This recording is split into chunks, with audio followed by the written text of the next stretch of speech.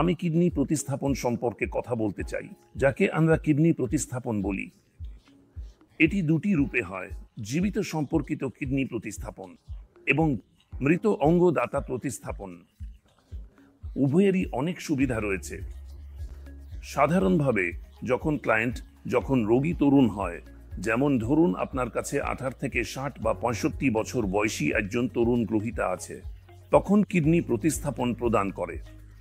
এটি এমন রোগীদের জন্য সেরা বিকল্প যাদের শেষ পর্যায়ের কিডনি রোগ রয়েছে, যাকে আমরা অ্যাস্ট বলি।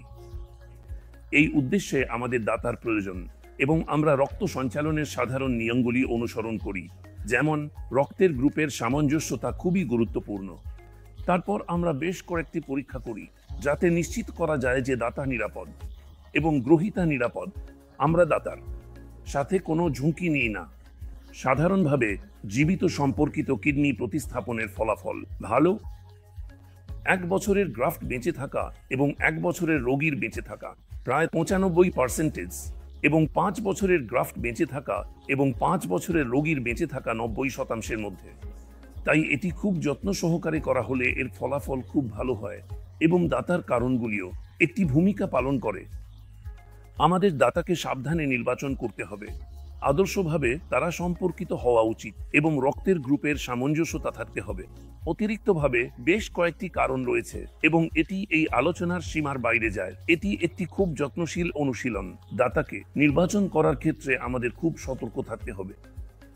অসুস্থ অঙ্গদাতা একটি বিকল্প, যা একটি খুব ভালো বিকল্প, যা সেই রোগীদের জন্য সংরক্ষিত যারা কোনো কারণে জীবিত সম্পর্কিত দাতা নেই। তাই এটি উপযুক্ত। এবং এখানে আবার আমরা দাতার সাথে সম্পর্কিত বিভিন্ন কারণ দেখি। ইস্কেমিয়ার সময় সবচেয়ে গুরুত্বপূর্ণ কারণগুলির মধ্যে একটি। আমার থিসিস ছিল মৃত অঙ্গদাতা ভেরিয়েবলগুলির উপর। তাই ইস্কেমিয়া সময় যত তাড়াতাড়ি গ্রাফট হয়, কিডনি সংগ্রহ সংগৃহীত অঙ্গটি প্রতিস্থাপন করা হলে ফলাফল আরও ভালো হওয়া উচিত। এখানে আমরা রক্তের গ্রুপের সামঞ্জস্যতা এবং ক্রোমোম্যাচ দেখছি, যাকে আমরা চিত ক্রোমোম্যাচ বলি। ফলাফলগুলি কিছুটা ভালো, আসলে ডায়ালাইসিস বিকল্পের চেয়ে ভালো, তবে তাদের 90 থেকে 95% 1 বছরের গ্রাফটিং পেশেন্ট বেঁচে থাকার হার রয়েছে। তাই এটি সমানভাবে ভালো।